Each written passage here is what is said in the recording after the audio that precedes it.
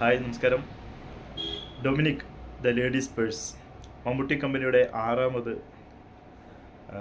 ചിത്രമായ ഡൊമിനിക് എന്ന സിനിമയുടെ ഒരു കുഞ്ഞ് റിവ്യൂ ആണ്. എൻ്റെ പേഴ്സണൽ റിവ്യൂ ആണ്. ഗൗതം വാസുദേവ് മേനോൻ്റെ ആദ്യ മലയാള സിനിമ. നമുക്കെല്ലാവർക്കും അറിയാം, തമിഴിൽ ഒരുപാട് ഹിറ്റ് സിനിമകൾ ചെയ്തിട്ടുള്ള ഗൗതം വാസുദേവ് മേനോൻ അദ്ദേഹം മലയാളത്തിൽ വരുമ്പോൾ എങ്ങനെയുള്ളൊരു ചിത്രമായിരിക്കും എന്നൊരാകാംക്ഷ നമ്മൾ പ്രേക്ഷകർക്കുണ്ടായിരുന്നു. അത് തീർത്തും ഒരു സസ്പെൻസ് ത്രില്ലർ പടമായിട്ടാണ്. സിനിമ കാണുന്നതിന് ഓരോരുത്തരും ഓരോ പ്രതീക്ഷകൾ കൊടുക്കാറുണ്ട്. ആ സിനിമയിലെ നായകൻ, അതിൻ്റെ സംവിധായകൻ, അതല്ലെങ്കിൽ മ്യൂസിക് ഡയറക്ടർ. ഇപ്പോൾ സുഷീൻ ശ്യാമാണ് ഒരു സിനിമ ചെയ്യുന്നെങ്കിൽ ആ സിനിമയിൽ എന്തെങ്കിലും പ്രത്യേകത ഉണ്ടാവും എന്നൊരു വിശ്വാസം പ്രേക്ഷകർക്ക് ഉണ്ട്. ഇന്നത്തെ ജനറേഷൻ, ഇന്നത്തെ ഒരു സാഹചര്യം വെച്ച് ഇതെല്ലാം നോക്കിക്കണ്ടിട്ടാണ് സിനിമ കാണാൻ പോകുന്നത്.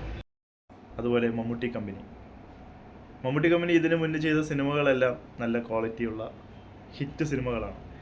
ആ പ്രൊഡക്ഷൻ ടീമിൻ്റെ ഒരു സിനിമ വരുമ്പോൾ അതുപോലെ തന്നെയുള്ള പ്രതീക്ഷയുണ്ടായിരുന്നു. അങ്ങനെ ഇന്ന് സിനിമ കണ്ടിറങ്ങിയതിന് ശേഷമുള്ള ആദ്യ എൻ്റെ റിവ്യൂ. സിനിമയുടെ ഇതിവൃത്തം നിങ്ങൾക്ക് അറിഞ്ഞു കാണും.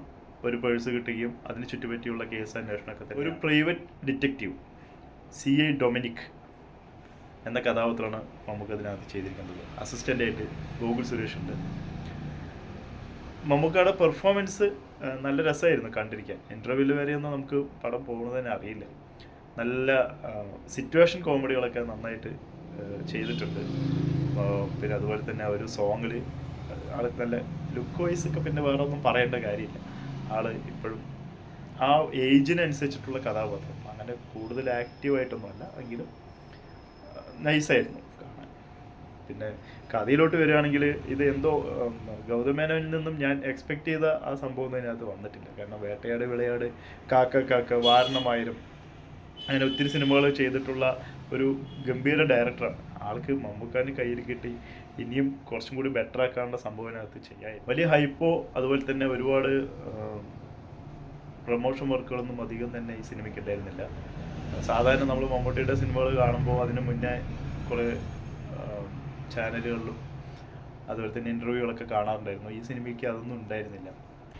ഇതിൻ്റെ ക്ലൈമാക്സ് ട്വിസ്റ്റൊക്കെ റിവീൽ ചെയ്യുമ്പോൾ എനിക്ക് പേഴ്സണലി ഞാൻ മുമ്പ് ഇതുപോലൊരു സിനിമ തമിഴിൽ കണ്ടിട്ടുണ്ടായിരുന്നു. അപ്പോൾ അതേ സെയിം തീമായതുകൊണ്ട് എനിക്കത്ര റിലേറ്റ് ആയില്ല.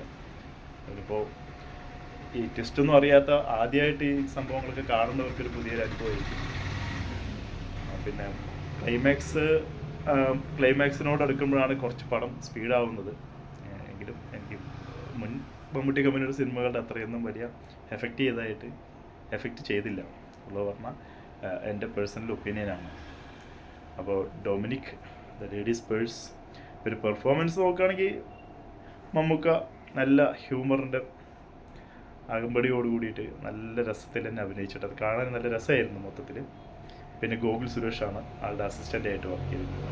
കുഴപ്പമില്ല, ആളുടെ റോളും അത്യാവശ്യം ഭംഗിയായിരുന്നു. ഒരു സ്റ്റൈൽ കുറച്ച് ചടുലതയുള്ളൊരു സ്ക്രിപ്റ്റ് ആണെങ്കിൽ കുറച്ചും കൂടി അടിപൊളി ആയാനെ. കുഴപ്പമില്ല, നൈസായിരുന്നു. One time watch. അതിൻ്റെ വലിയ ഗംഭീര പടമൊന്നുമില്ല. എനിക്ക് മമ്മൂട്ടി കമ്പനിയുടെ മുൻ സിനിമകളിൽ അപേക്ഷിച്ച് അതിൻ്റെ അത്രത്തോളം ഏത് സിനിമ അത്രയും ഇത് എത്തിയിട്ടില്ല. എനിക്കൊരു ബിലോ ആവറേജാണ് ഫീൽ ചെയ്തത്. എങ്കിലും ഒരു ത്രില്ലർ പടം കാണണമെന്ന് ആഗ്രഹിക്കുന്നവർക്ക് ഒരിക്കലും പോയി കാണാവുന്നൊരു ചിത്രം തന്നെയാണ് ഡൊമിനിക് ദ ലേഡീസ് പേഴ്സ്.